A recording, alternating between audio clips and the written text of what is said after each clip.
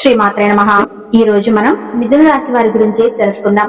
మిథున రాశి వారికి మే నెల 18, 19, 20 తేదీల్లో జరిగేది తెలిస్తే ఆశ్చర్యపోతారు. మీరు నక్కతోక తొక్కినట్లే. ఇక మీ అదృష్టాన్ని ఎవరూ ఆపలేరు. అలాగే మిథున రాశి వారికి మే నెలలో 3 అతిపెద్ద శుభవార్తలు వినబోతున్నారు. చుట్టూ ఎవరు లేనప్పుడు మాత్రమే ఈ వీడియో చూడండి.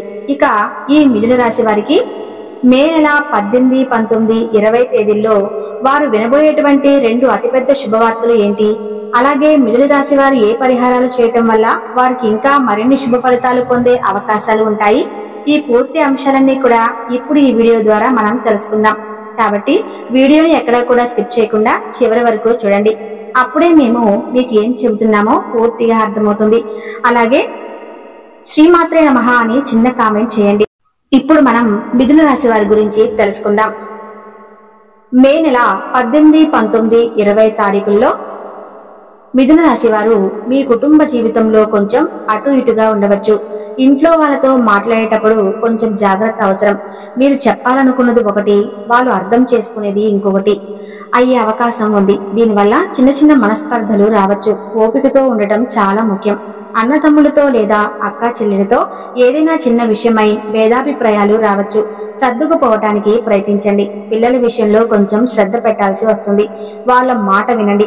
ఇంటికి సంబంధించిన పనులలో కాస్త ఆలస్యం జరగవచ్చు. పెద్దల మాట వినడం వల్ల కొన్ని సమస్యలు రాకుండా ఉంటాయి. అనవసరమైన చర్చలకు దూరంగా ఉండండి. ఆరోగ్యం విషయంలో ఈ రోజు కొంచెం శ్రద్ధ తీసుకోవాలి.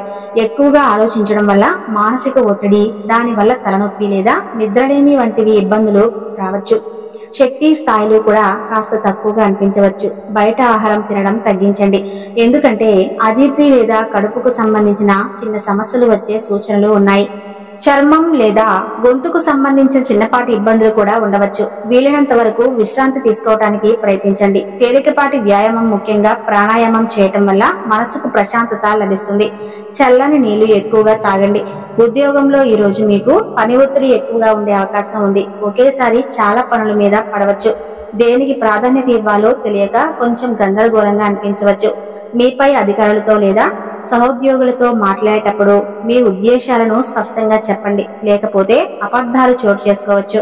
ముఖ్యంగా ఈమెయిల్ పంపేటప్పుడు లేదా డాక్యుమెంట్లు తయారు చేసేటప్పుడు 1-2 సార్లు సరిచూసుకోవటం మంచిది. చిన్న చిన్న పొరపాట్లు జరగకుండా జాగ్రత్త పడండి. సహోద్యోగులతో అనవసరమైన వాదనలు దిగకుండా మీ పని మీద దృష్టి పెట్టడం మేలు. డబ్బు విషయంలో ఈ రోజు కొంచెం అప్రమత్తంగా ఉండాలి. అనుకోని ఖర్చులు వచ్చే అవకాశం ఉంది. ముఖ్యంగా ప్రయాణాలకు లేదా కమ్యూనికేషన్ సాధనాలు, ఫోన్, ఇంటర్నెట్ రిపేర్లకు డబ్బు ఖర్చు కావచ్చు. పెట్టుబడులు పెట్టడానికి లేదా షేర్ మార్కెట్ లో ట్రేడింగ్ చేయడానికి ఇది అంత మంచి రోజు కాదు. ఎవరికైనా అప్పు ఇవ్వాలన్నా లేదా తీసుకోవాలన్నా బాగా ఆలోచించండి. ముఖ్యమైన ఆర్థిక నిర్ణయాలను వీలైనంత రేపటికి వాయిదా వేసుకోవటం మంచిది. ఆదాయ విషయంలో పెద్ద మార్పులు ఉండకపోవచ్చు, కానీ ఖర్చులను అదుపులో ఉంచుకోవటం చాలా అవసరం. అనవసరమైన వస్తువులు కొనకుండా చూసుకోండి. వ్యాపారంలో ఈ రోజు కొంచెం నెమ్మదిగా సాగవచ్చు. కొత్త ఒప్పందాలు చేసుకోవడానికి లేదా పెద్ద పెట్టుబడులు పెట్టడానికి తొందరపడగండి. మీ భాగస్వాములతో లేదా కస్టమర్లతో మాట్లాడేటప్పుడు చాలా స్పష్టంగా, ఓపికగా ఉండాలి. కమ్యూనికేషన్ గ్యాప్ వల్ల సమస్యలు రావచ్చు. డాక్యుమెంట్ల విషయంలో జాగ్రత్త అవసరం. ఉద్యోగాలలో చిన్న చిన్న విషయాల్లో విభేదాలు రాకుండా చూసుకోండి. మార్కెట్లలో లేదా ప్రచార కార్యక్రమాలను కూడా కాస్త నెమ్మదిగా చేయటం మంచిది. రోజువారీ లావాదేవీలలో జాగ్రత్తగా ఉండండి. లెక్కలు సరిచూసుకోండి. విద్యార్థులకు ఈ రోజు ఏకాగ్రత పెట్టడం కొంచెం కష్టంగా ఉండవచ్చు.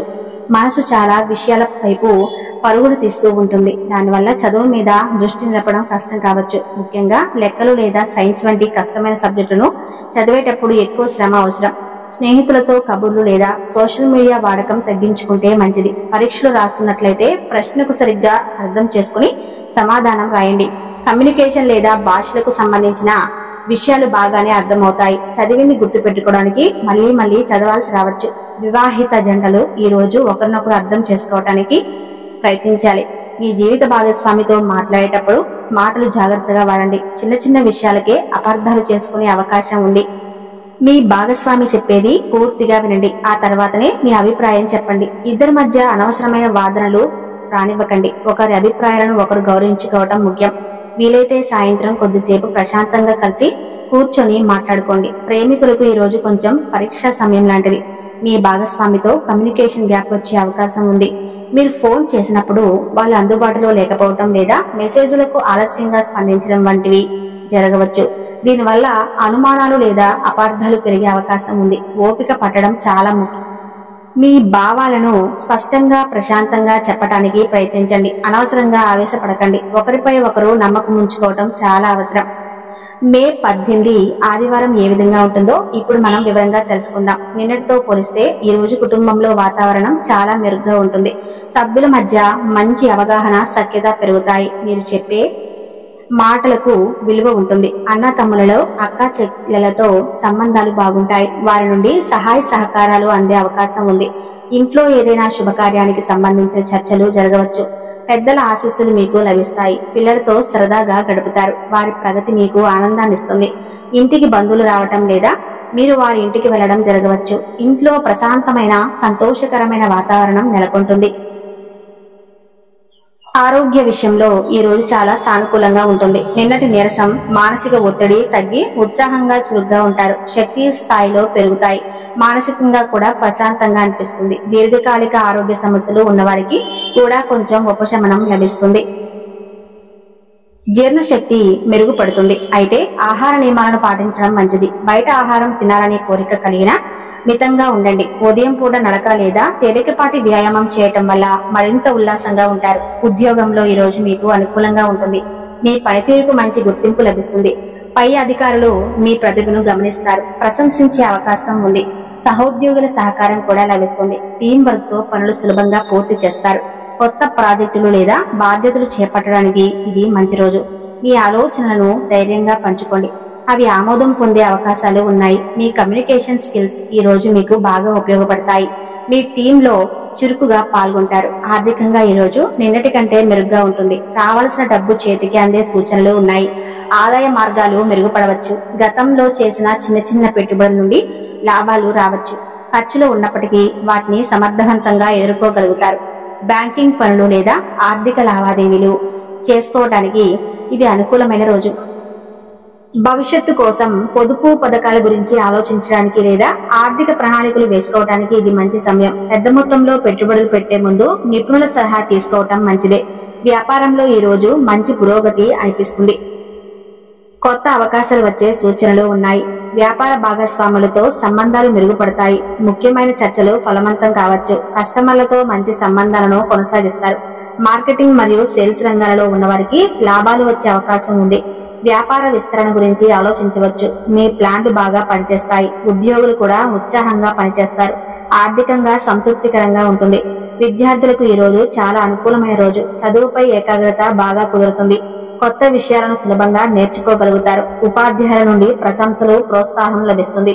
కోటి పరీక్షలకు సిద్ధమవుతున్న వారికి ఇది మంచి రోజు. బాగా చదవాలనుకుంటారో మీ సందేహాలను నివృత్తి చేసుకోవడానికి ప్రయత్నించండి.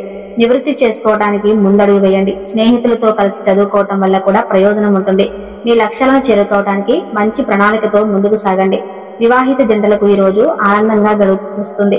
జీవిత భాగస్వామితో మంచి అవగాహన, అనుబంధం పెరుగుతాయి. ఇద్దరి మధ్య అన్యోన్యత పెరుగుతుంది. కలిసి భవిష్యత్తు ప్రణాళికల గురించి మాట్లాడుకోవడానికి ఇది మంచి సమయం.